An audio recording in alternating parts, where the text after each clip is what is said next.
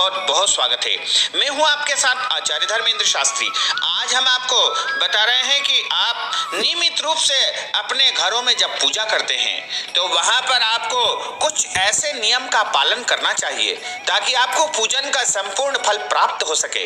कई लोग कहते हैं कि हम तो नियमित रूप से पूजन पाठ करते हैं फिर भी हमको कोई फल नहीं मिलता है और कई वर्षों से पूजन करते आ रहे हैं, लेकिन पूजन करते समय कुछ ऐसी गलतियां कर बैठते हैं जिसके कारण उनको पूरा फल प्राप्त नहीं हो पाता है। प्रत्येक घरों में देवी देवताओं का एक अलग स्थान होता है और कुछ घरों में तो देवता के लिए अलग से एक कमरा होता है या एक मंदिर होता है या फिर भगवान का एक निर्धारित स्थान होता है। वहां पर एक नियमित रूप से परिवार के सदस्य पूजन अर्चन करते हैं तथा भगवान की आराधना करते हैं, लेकिन उस पूजन के दौरान कई प्रकार के ऐसे कार्य कर लेते हैं जिसके कारण उनको संपूर्ण फल की प्राप्ति नहीं हो पाती है। क्योंकि किसी भी घर में पूजा घर सबसे अहम स्थान होता है और देवी देवता से जुड़े इस पावन स्थान पर जाते ही सर्वाधिक मन को शांति और सुकून मिलता है। सुख शांति और समृद्धि की कामना के लिए मंदिर बनाने की परंपरा प्राचीन काल से चली आ रही है और सभी गृहस्थ को अपने घर में मंदिर बनाना चाहिए तथा नियमित रूप से पूजन अर्चन करना चाहिए। लेकिन पूजन स्थल सबसे पहले हम आपको बता दें कि वह ईशान कोण में होना चाहिए और पूर्व दिशा या उत्तर दिशा में भी आप पूजन घर बना सकते हैं, लेकिन सबसे श्रेष्ठ स्थान यदि कोई है पूजा स्थल का या मंदिर का तो वो ईशान कोण है। वास्तु के अनुरूप ईशान कोण में जब हम देवी देवताओं की आराधना करते हैं तब हमें संपूर्ण फल की प्राप्ति होती है और हमारे मन में एक शांति और सुकून हमें महसूस होता है। तो सबसे पहली बात है, यदि आप भी अपने घर में निर्धारित समय पर प्रतिदिन स्नान करके पूजन अर्चन करते हैं तो आपको सबसे पहली बात यह ध्यान रखना चाहिए कि देवी देवताओं की मूर्ति तो आपने स्थापित कर ली है, लेकिन कई देवताओं को आपने वस्त्र ही नहीं धारण कराए हैं, यानी नग्न मूर्ति आपने अपने घर के मंदिर में बिठा रखी है। ऐसे में आप उनको उनकी मूर्ति के अनुसार वस्त्र आपको धारण कराना चाहिए, यानी बिना वस्त्र की मूर्ति नहीं होना चाहिए। शिवलिंग पर वस्त्र धारण करने की आवश्यकता नहीं है। बाकी आपको लड्डू गोपाल जी को, भगवान विष्णु जी को, भगवान कृष्ण जी को, भगवान गणेश जी को, भगवान राम जी को या फिर अन्य जो भी देवी देवता होते हैं जैसे दुर्गा जी, माता महालक्ष्मी, इन सबको वस्त्र अनिवार्य रूप से पहनाना चाहिए और बिना वस्त्र के कोई भी मूर्ति घर में नहीं होना चाहिए। दूसरी बात यह है कि जब हम अपने पूजा स्थल पर मूर्तियों को स्थापित करते हैं तो वहां पर हम उनको दीवार से सटा करके या तो मंदिर की दीवार से सटा करके या फिर कोई और दीवार से सटा करके उनको बिठा देते हैं, लेकिन ऐसा आपको नहीं करना चाहिए। दीवार और उनके बीच में एक तकिया आपको बना करके रखना चाहिए ताकि प्रभु आराम से बैठ सके तथा विश्राम भी कर सके। यह बात आपको विशेष रूप से ध्यान रखनी चाहिए। कभी भी आपको सीढ़ियों के नीचे मंदिर नहीं बनाना चाहिए। सीढ़ी के नीचे जिस घर में मंदिर होगा वहां पर वास्तु दोष हो जाएगा तथा किसी भी बीम के नीचे बैठ करके पूजा अर्चना नहीं करना चाहिए। ऐसा माना जाता है कि बीम के नीचे बैठ करके पूजा अर्चना करने से मन एकाग्र नहीं होता है, इसलिए बीम के नीचे मंदिर भी नहीं होना चाहिए और उसके नीचे बैठ करके पूजा अर्चना नहीं करना चाहिए। चौथी बात, आपका जो मंदिर है वह हमेशा पूर्व दिशा या उत्तर दिशा में होगा या ईशान कोण में होगा, यानी पूजा करने वाले का मुंह या तो पूर्व दिशा में होना चाहिए क्योंकि पूर्व में समस्त देवी देवताओं का निवास माना जाता है और सारी सकारात्मक ऊर्जा पूर्व दिशा से प्रवाहित होती है। ऐसे में हम पूर्व दिशा की तरफ मुंह करके बैठेंगे तो हमें श्रेष्ठ फल की प्राप्ति होगी, यानी देवी देवताओं का मुंह आपको पश्चिम की तरफ करना है और पूजा करने वाले भक्त का मुंह पूर्व दिशा की ओर होना चाहिए। यदि पूर्व दिशा तरफ व्यवस्था नहीं है तो आप उत्तर दिशा की ओर मुंह करके भी पूजा कर सकते हैं, यानी भगवान का मुंह उस समय दक्षिण की ओर रहेगा। भगवान तो अंतर्यामी है, वो कहीं भी देख सकते हैं, किसी भी दिशा में अपना मुंह रख सकते हैं, उनके लिए किसी भी प्रकार का कोई दोष नहीं है। लेकिन पूजा करने वाला जो भक्त है उसका मुंह सर्वोत्तम दिशा यानी पूर्व दिशा मानी गई है और दूसरी दिशा उसके लिए उत्तर दिशा मानी गई है। और यदि उत्तर दिशा में भी आप मुंह करके नहीं बैठ सकते हैं तो पश्चिम में भी कर सकते हैं, लेकिन प्रयास करें कि पूर्व या उत्तर में ही पूजा करने वाले का मुंह होना चाहिए। इसीलिए हमेशा देव स्थान और मंदिर जो है आपको पूर्व दिशा या उत्तर दिशा की तरफ बनाना चाहिए। और पांचवी बात है कि कभी भी जब आप पूजन करते हैं तो जमीन पे बैठ करके पूजन नहीं करना चाहिए। सबसे श्रेष्ठ आसन यदि पूजा करने के लिए कोई बताया है तो वह कंबल का आसन है और कंबल का आसन कभी भी अपवित्र नहीं होता है, हमेशा पवित्र ही रहता है। हर स्थिति में कंबल का आसन सर्वोत्तम माना गया है। सबसे उत्तम फलों की यदि प्राप्ति होती है पूजा पाठ में तो कंबल के आसन से ही होती है। इसलिए कंबल के आसन पर बैठ करके पूजा करना सबसे श्रेष्ठ माना जाता है। इसके अलावा आप कुशा के आसन पर भी बैठ सकते हैं, लकड़ी की चौकी या पटे पर भी बैठकर आप पूजा कर सकते हैं, लेकिन सर्वोत्तम आसन यदि कोई है तो वह कंबल का आसन माना जाएगा। यानी जमीन पे बैठ करके कभी भी पूजा अर्चना नहीं करना चाहिए। तथा पूजन समाप्ति के पश्चात आपको जो है थोड़ा सा जल अपनी चम्मच से या आचमनी से या अपने हाथ के माध्यम से आसन के नीचे डाल करके और वहां से उस जल को उठा करके अनामिका उंगली से एक बार अपनी दोनों आंखों को तथा तिलक स्थान पर लगाना चाहिए, जिससे पूजा का संपूर्ण फल आपको प्राप्त होगा। यदि ऐसा आप नहीं करेंगे तो आपका जो पूजा का फल है, जब किया है तब किया है, प्रार्थना की है, वो सब इंद्रदेव ले जाएंगे। इसलिए पूजन समाप्ति के तुरंत बाद जैसे ही आप आसन छोड़े वैसे ही आसन के नीचे जल डाल करके और अपनी दोनों आंखों तथा नेत्रों से आपको लगाना चाहिए। छठी बात, पूजा में प्रयोग किए गए बासी और उतरे हुए निर्माल्य पुष्प, दुर्वा, बिलपत्र, इनको जो है मंदिर में नहीं रखना चाहिए। कई लोग इकट्ठा करके मंदिर में ही पन्नी बना करके रखते जाते हैं। इनको घर में एकत्रित भी नहीं करना चाहिए। इनको तुरंत ही जो है जल में विसर्जित कर देना चाहिए। यदि जल में विसर्जित करने की आपके पास व्यवस्था नहीं है तो आप मिट्टी में इनको जो है अंदर दबा सकते हैं। गड्ढा खोद कर भी आप जमीन के अंदर इसको गाड़ सकते हैं, लेकिन इनको जो है अपने घर में एकत्रित करके नहीं रखना चाहिए। इससे घर में नकारात्मक ऊर्जा आएगी और आपके घर में वास्तु दोष उत्पन्न हो सकता है। सातवीं बात, कई घरों में पूजा स्थल बनाने के लिए अलग से कोई कक्ष नहीं होता है तथा उनको आपातकालीन स्थिति में अपने बेडरूम या शयन कक्ष में ही पूजा स्थल बनाना पड़ता है। ऐसे में उनको ध्यान रखना चाहिए कि पूजा स्थल की पवित्रता बनी रहे तथा रात को सोते समय वहां पर एक पर्दा लगा देना चाहिए, जिससे पूजा स्थल पूरी तरह जो है पवित्र बना रहेगा और मर्यादा वहां की बनी रहेगी।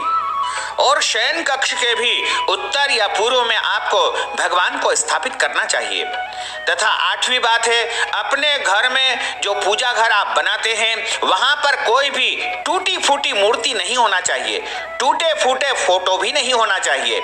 इसके अलावा अंगूठे से बड़ी मूर्ति भी घर में रखना वर्जित माना गया है। अंगूठे के बराबर मूर्ति घर में होना चाहिए। और मंदिर में जो देवताओं का स्थान होता है वहां पर गलती से भी मृत आत्माओं के चित्र नहीं रखना चाहिए। चाहे कोई भी हो, या आपके गुरु हो या आपके पूर्वज हो, कोई भी मृत आत्मा तथा पूर्वजों के पितरों के चित्र अपने घर के मंदिर में आपको नहीं रखना चाहिए।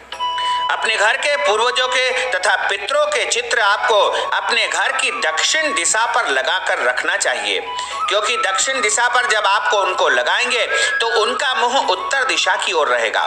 तो हमेशा ध्यान रखें, अपने पितरों का, अपने पूर्वजों का और सभी मृत आत्माओं के चित्र आपको घर के दक्षिण की दीवार के ऊपर लगा देना चाहिए और उनका मुंह उत्तर दिशा की ओर रहेगा। नवी बात है, अपने पूजा घर में कभी भी 2 शिवलिंग नहीं होना चाहिए। यानी शिवलिंग यदि आपको 1 से अधिक रखना है तो आपको विषम संख्या में शिवलिंग रखना चाहिए। यानी विषम संख्या का अर्थ होता है 3, 5, 7 या फिर 9 या फिर 11। विषम संख्या में शिवलिंग आप अपने घर में रख सकते हैं, लेकिन सम संख्या में कभी भी आपको शिवलिंग नहीं रखना चाहिए। इसी प्रकार सम संख्या में आपको शालिग्राम भी नहीं रखना चाहिए, 2 शंख भी आपको नहीं रखना चाहिए, 2 सूर्य की प्रतिमा नहीं रखना चाहिए, तथा विषम संख्या में कभी भी गणेश जी की प्रतिमा नहीं रखना है। यानी 3 गणेश आपको कभी भी नहीं रखना चाहिए। गणेश जी यदि रखना है तो सम संख्या में रखना चाहिए, और 3 देवी की प्रतिमा भी आपको नहीं रखना चाहिए। और यदि आपको देवी की 1 से अधिक प्रतिमा रखना है तो आपको सम संख्या में रखना चाहिए। तथा मूर्तियां रखने का विधान हमारे धर्म ग्रंथों में बताया है। मूर्ति पूजा का विधान है शिवलिंग प्रत्येक घर में, प्रत्येक परिवार में होना चाहिए। लेकिन बीच में कुछ लोगों ने ऐसी भ्रांति तथा भ्रम फैला दिया था कि शिवलिंग घर में नहीं रखना चाहिए। यह बिल्कुल गलत तर्क है, यह बिल्कुल जो है भ्रम फैलाने वाली बात है। प्रत्येक घर में शिवलिंग का पूजन अर्चन करना चाहिए, क्योंकि शिव जी की मूर्ति का पूजन या चित्र का पूजन करने का विधान हमारे धर्म ग्रंथों में नहीं बताया है, केवल शिवलिंग की पूजा का ही विधान है। इसलिए प्रत्येक घर के पूजन स्थल पर एक शिवलिंग अवश्य होना चाहिए, और शिवलिंग की जो स्वरूप होता है वह अंगुष्ठ प्रमाणम यानी अंगूठे के आकार के शिवलिंग ही अपने घर के पूजा स्थल पर होना चाहिए। तथा शिवलिंग को प्रत्येक दिन जल से स्नान भी कराना चाहिए। यदि आप उनको जल नहीं चढ़ाएंगे तो वह पूजा अधूरी मानी जाएगी। बाकी देवी देवताओं को आप जल प्रोक्षण कर सकते हैं या जल छिड़क सकते हैं, लेकिन शिवलिंग यदि आप घर में रखते हैं तो उनको जल से प्रत्येक दिन स्नान कराना चाहिए। और 10वीं बात है कि पूजा में चढ़ाने वाले पुष्प, बिल्वपत्र, दूर्वा, तुलसी पत्र, इनको कभी भी आपको पानी में डालकर नहीं रखना चाहिए। कई लोग क्या करते हैं कि जल का एक लोटा ले जाते हैं और बगीचे से फूल तोड़ते हुए उसी लोटे में डाल करके ले आते हैं और वही पुष्प भगवान को चढ़ा देते हैं, वही बिल्वपत्र चढ़ा देते हैं, वही दूर्वा चढ़ा देते हैं, वही तुलसी पत्र चढ़ा देते हैं। लेकिन आपको ध्यान रखना होगा कि जब तक आप भगवान को पुष्प, बिल्वपत्र, तुलसी पत्र, दूर्वा नहीं चढ़ा देते हैं, जब तक आपको पानी में डुबो करके नहीं रखना है। आप चाहें तो उनको धो करके चढ़ा सकते हैं, लेकिन पानी में यदि आपने डुबो करके रख दिया तो समझ लीजिए कि आपने वरुण देवता को वह पुष्प, बिल्वपत्र, तुलसी पत्र, दूर्वा आदि चढ़ा चुके हैं, और वह चढ़ाया हुआ सामान आप पुनः अन्य देवी देवताओं को चढ़ा रहे हैं। इसलिए आपको गलती से भी जल के पात्र में डुबो करके इन पुष्पों तथा बिल्वपत्र आदि को नहीं रखना चाहिए। और ध्यान रखना चाहिए कि भगवान विष्णु जी को, भगवान नारायण को, भगवान लड्डू गोपाल जी को तथा भगवान कृष्ण जी को, भगवान राम जी को, भगवान शालिग्राम जी को इनको चावल के अक्षत नहीं चढ़ाए जाते हैं। गलती से भी इनको चावल नहीं चढ़ाना चाहिए। यदि चढ़ाना है तो आप इनको तिल के अक्षत चढ़ा सकते हैं, लेकिन आपको चावल के अक्षत इनको नहीं चढ़ाना चाहिए। तथा शिव जी को हल्दी और मेहंदी नहीं चढ़ाई जाती है।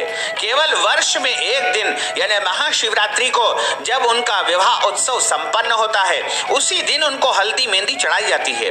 बाकी अन्य दिन आप शिवलिंग के ऊपर हल्दी मेहंदी बिल्कुल न चढ़ाएं। यदि चढ़ाना है आपको तो माता पार्वती स्वरूपा जो जलाधारी होती है, जलेरी जिसे कहा जाता है, वो पार्वती स्वरूप होती है, और उनको आप हल्दी मेहंदी कुमकुम और सौभाग्य की वस्तुएं चढ़ा सकते हैं। लेकिन भोलेनाथ को केवल चंदन, अक्षत और अबीर गुलाल इत्यादि वस्तुएं चढ़ाए। तथा शिवलिंग को गलती से भी लाल फूल नहीं चढ़ाना चाहिए। और भगवान भोलेनाथ त्यागी पुरुष है, इसलिए उनको सफेद पुष्प सबसे अधिक प्रिय है। इसके अलावा नीले पुष्प आप उनको चढ़ा सकते हैं, और उनको आप धतूरे चढ़ा सकते हैं, अकौवा के पुष्प चढ़ा सकते हैं, भांग चढ़ा सकते हैं और सभी सामग्री चढ़ा सकते हैं। लेकिन यदि आपको लाल फूल चढ़ाना है तो आप जलाधारी पर चढ़ाएंगे, और भोलेनाथ को यानी शंकर जी को लाल फूल उनके मस्तक पर नहीं चढ़ाए जाते हैं। अक्सर लोग क्या करते हैं कि तांबे के पात्र में दूध दही रख देते हैं, लेकिन ध्यान रखना चाहिए कि कभी भी तांबे के पात्र में दूध और दही नहीं रखना चाहिए। तांबे के पात्र में रखा हुआ दूध दही तुरंत विष बन जाएगा, यानी जहर का रूप धारण कर लेगा। इसलिए तांबे के पात्र में दूध दही नहीं रखना चाहिए। तांबे के पात्र से दूध अर्पण करने का भी वर्जित माना गया है। ताम्र पात्र से अभिषेक करने का भी वर्जित माना गया है। और तांबे के बर्तन में चंदन भी नहीं रखना चाहिए। चंदन रखने से चंदन खराब हो जाता है। तथा जल, जो पूजन के उपयोग के लिए आप ताजा जल लेकर आए हैं, तथा आपने पूजन के लिए दूध रखा है, पूजन के लिए दही रखा है, या कोई भी ऐसी वस्तु रखी है, उसमें आपको हाथ नहीं डुबोना चाहिए। यानी नाखून के स्पर्श से दूध दही ये वस्तुएं अपवित्र हो जाती है, उनमें हाथ नहीं डुबोना चाहिए। जैसे किसी पात्र में, किसी लोटे में यदि आपने दूध रखा हुआ है, तो उसमें यदि आपने हाथ डुबो दिया, समझ लो आपके नाखून का स्पर्श हो गया और वह वस्तु अपवित्र मानी जाती है। इसलिए गलती से भी पूजन के उपयोग में आने वाले दूध दही में आपको अपना अंगुली स्पर्श नहीं करना चाहिए। चम्मच या आचमनी से ही दूध दही चढ़ाए जाते हैं। साथ ही पूजा करते समय कई लोग अपने बाल को बार बार स्पर्श करते हैं। ऐसा धर्म ग्रंथों में लिखा हुआ है कि जो व्यक्ति अपने बाल को यदि हाथ लगा लेता है, तो ऐसी स्थिति में हमारे हाथ अपवित्र हो जाते हैं। ऐसी स्थिति में हमको जो है एक आचमनी जल लेकर के और हमारे हाथ को धोना चाहिए, या प्रयास करना चाहिए कि पूजन के दौरान हम हमारे सिर को यानी बाल को बिल्कुल भी स्पर्श नहीं करें।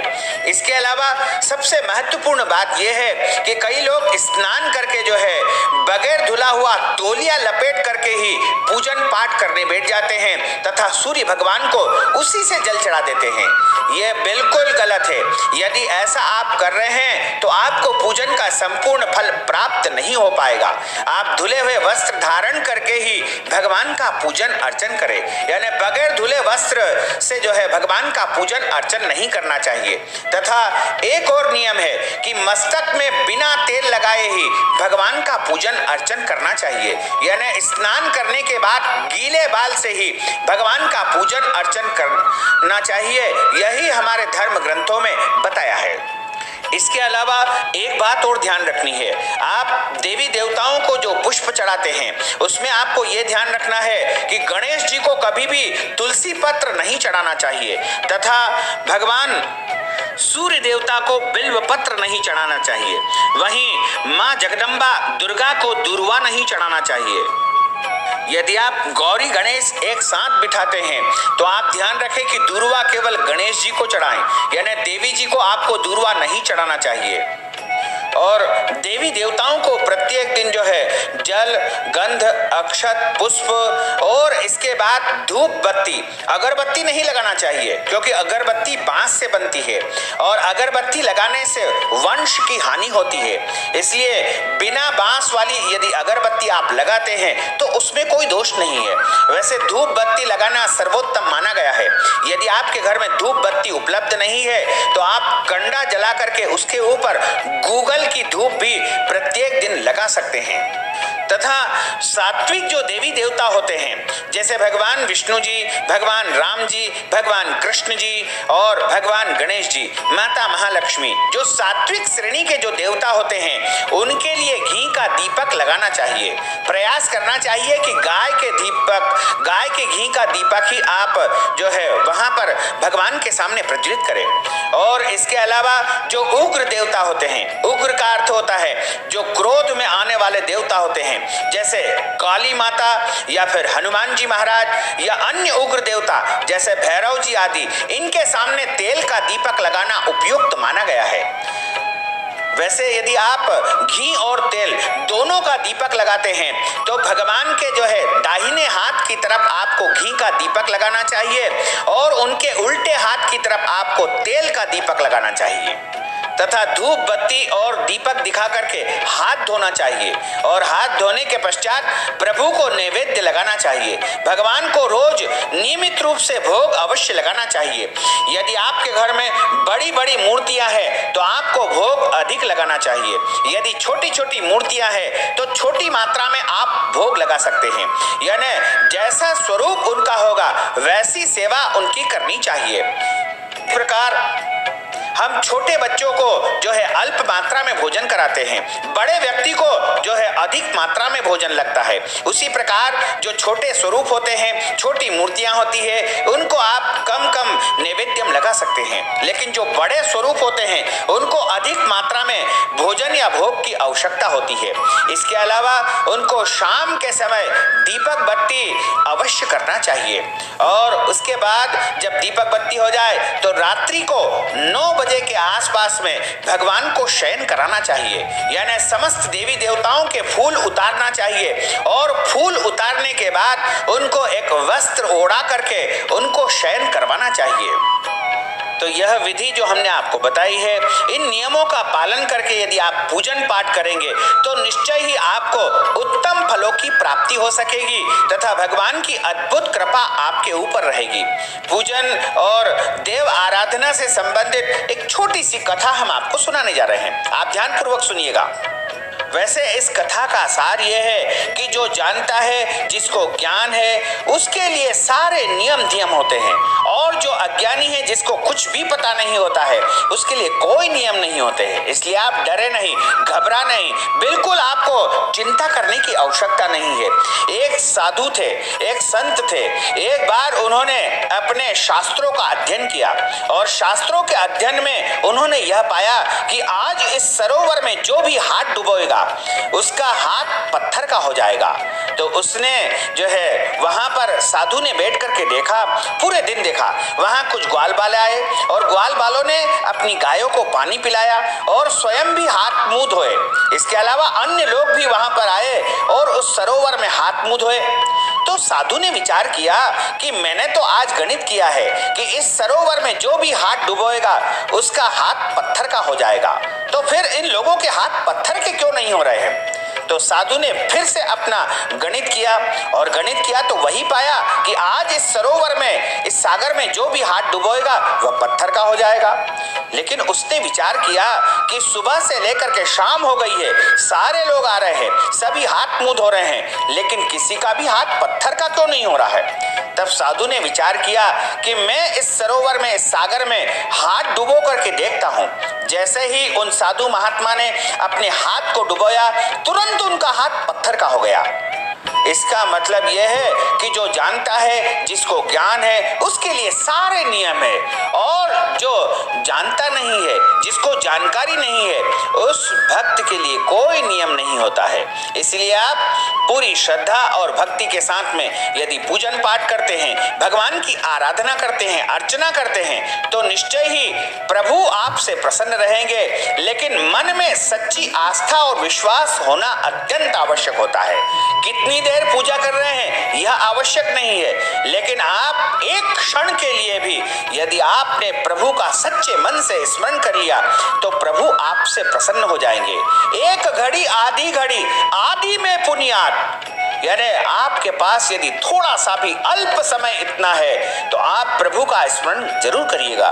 प्रत्येक दिन प्रत्येक मनुष्य को प्रभु का स्मरण करना चाहिए, जिससे जीवन में सुख शांति समृद्धि बनी रहेगी। तो भक्तजनों, माताओं बहनों, हमने जो ज्ञानवर्धक जानकारी आपको दी है उसको आप अधिक से अधिक लोगों को शेयर करिएगा, लाइक करिएगा, कमेंट करिएगा और यदि अभी तक आपने सब्सक्राइब नहीं किया है तो अभी और इसी समय सब्सक्राइब अवश्य कर लीजिए।